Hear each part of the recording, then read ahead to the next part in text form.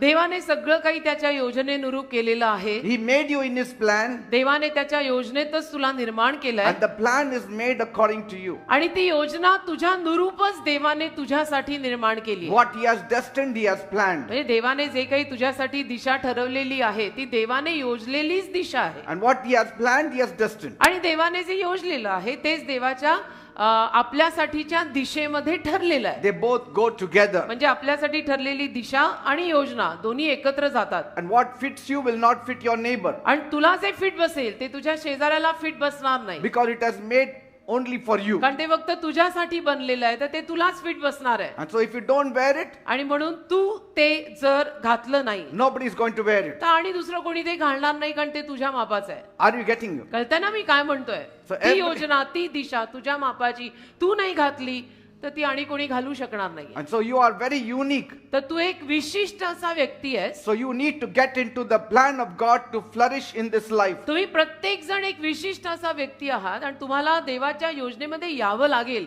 आयुष्यात जर समृद्धीला जायचं असेल Amen. तर देवाच्या योजनेत तुम्हाला यावं लागेल. We need to stop complaining. आणि आपण तक्रार करणं बंद करावं लागेल. We need to refrain from comparing ourselves with others. आणि आपली स्वतःची तुलना दुसऱ्यांशी करण्यापासून सुद्धा आपण थांबलं पाहिजे आता. Because कारण God does not want us to be frustrated. देवाची इच्छा नाहीये की आपण वैतागलेलं जीवन God जगावं. does not want us to feel unworthy. आणि देवाची इच्छा नाहीये की आपल्याला मी योग्य नाही किंवा मी नालायक आहे असं वाटावं. God's plan is never unworthy. देवाची योजना कधीच अशी नसते की जी अयोग्य आहे, अपात्र आहे. God's plan is always worthy, देवाची योजना नेहमी योग्य आणि पात्रच असते. full of blessings. आशीर्वादांनी भरलेली असते.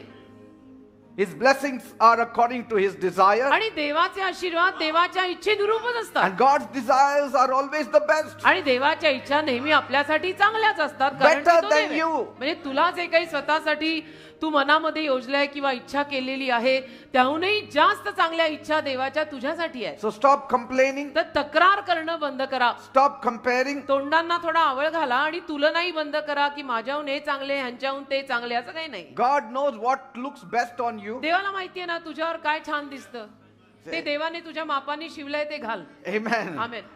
He knows what looks good on you.